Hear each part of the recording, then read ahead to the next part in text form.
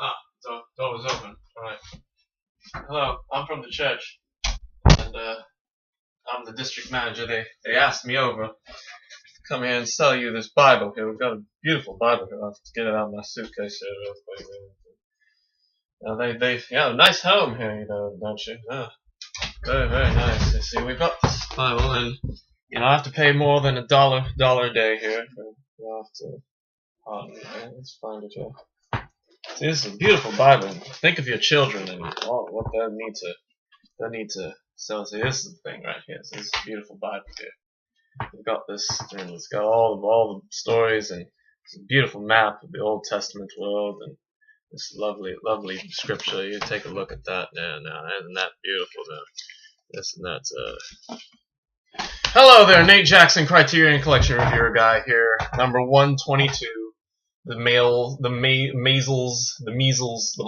is back with another joyous look at American life with Salesman. Well, the first joyous light was actually it was joyous look at American life with friggin' Altamont. That was joy. That was joy. And now here's another little nugget of joy from these boys.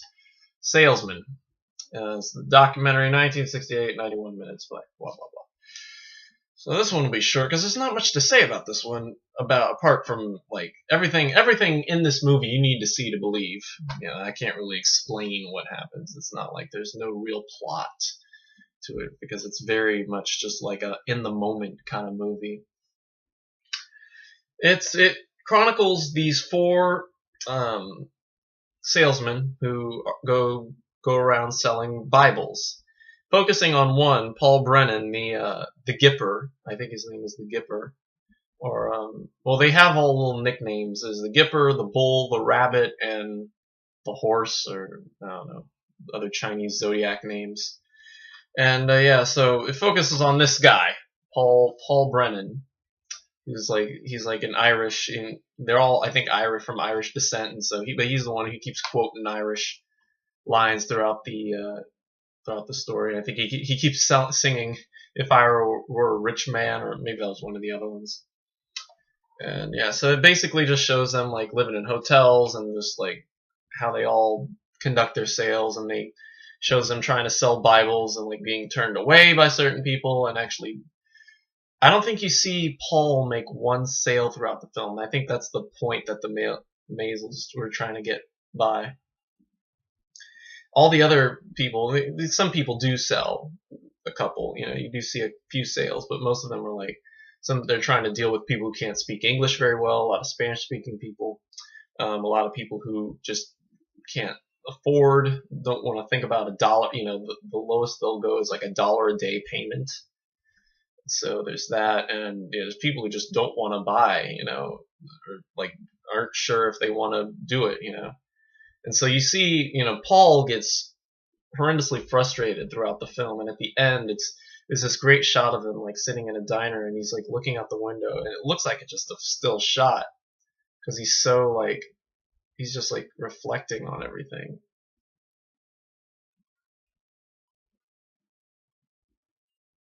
And I wish I could do it again, but I wish I could do it justice. But it's a really nice shot, and you can tell like that little moment of silence just like this says pretty much everything about the last like 10-15 minutes of the film, which is like I said, just basically him just more or less saying, just realizing that just kind of stating at the end, I forget the speech he makes at the end, but it just kind of says, this is what we do,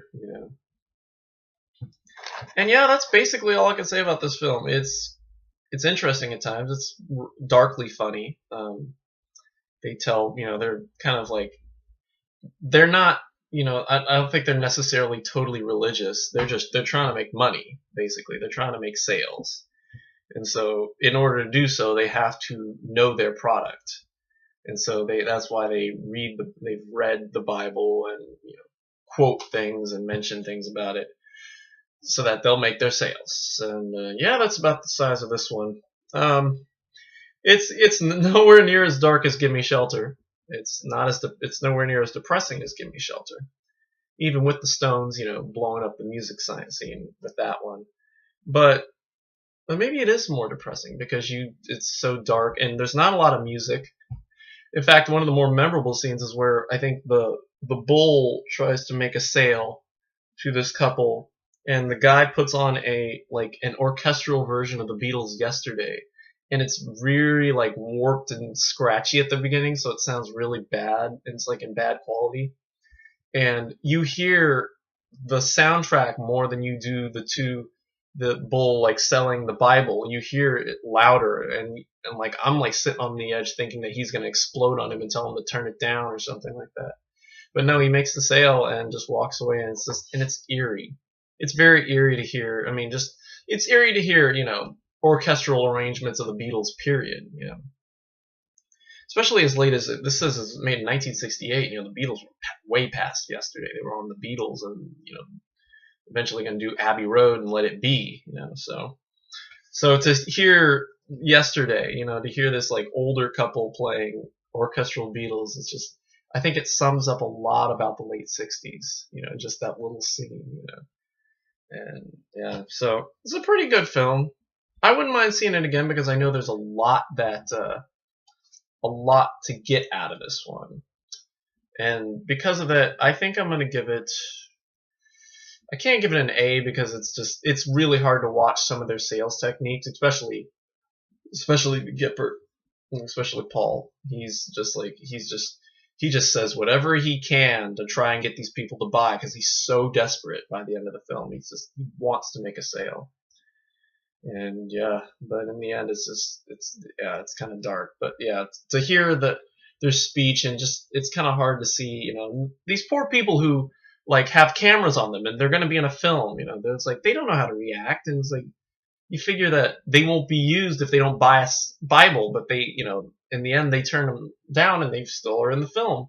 So yeah, but still, it's just kind of hard for me to watch certain things like that. Poor public being, kind of prodded into buying Bibles. So, and yeah, so I'm gonna give it a B. I'll give it a B. I wouldn't mind getting it because it's darker. I definitely want to see it again before I buy it. So maybe I'll watch it again. Maybe sometime next year before the new season's over. I'll watch it again and check it out. And yeah, it's a B. It's pretty good. It's a little dark, a little hard to watch in scenes just because of their techniques, but yeah, B. Supplements. There's a half-hour documentary or a half-hour interview or excerpts from an interview with Jack Kroll interviewing the Mails' brothers, talking about Salesman for the most part, and they give a lot of insight, and they're actually a lot cooler than I thought they were because they kind of like disagree with a lot of what the Salesman did. They said it was very inappropriate. I think that was one of the words they used. So yeah, to hear their side of the story was very interesting. They don't disown the movie. They didn't disown the movie at the time, or ever, I don't think. But they still, it's like their movie is their movie. They had to release it, so they did, or they decided to release it rather. And then there's a 10-minute interview with the Rabbit, who I guess was still alive around 2000. That was done on NPR's Weekend Edition, and they included it on here. And there's some behind-the-scenes photographs of the cast and behind the scenes, and then filmographies of the Mailses and Charlotte Zwerin, who is I guess was also part of this, and the trailer, which is just as weird and dark as it was when I saw it back when I watched Gimme Shelter. And yeah, that Salesman song. If that Salesman song appeared in the movie, then it would have lost like all its momentum. The movie itself would have lost all its momentum. So I'm glad they kept it to just the trailer. But now I'm curious if that was like a single or something, or if that was like commissioned for that trailer, or they thought about using it but they didn't use it in the end. Yeah. So anyway, that's it for me. Salesman number 122 B.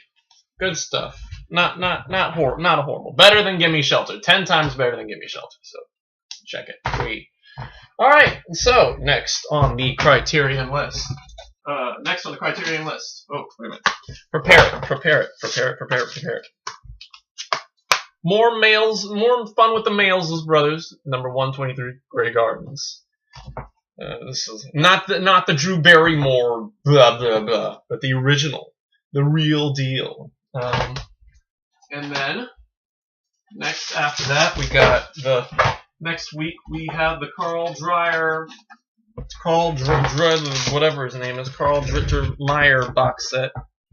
Let's see, we got Day of Wrath, Ordet, Jurund, and My Mater, or whatever. And then we may be stuck we may be taking a little break after that.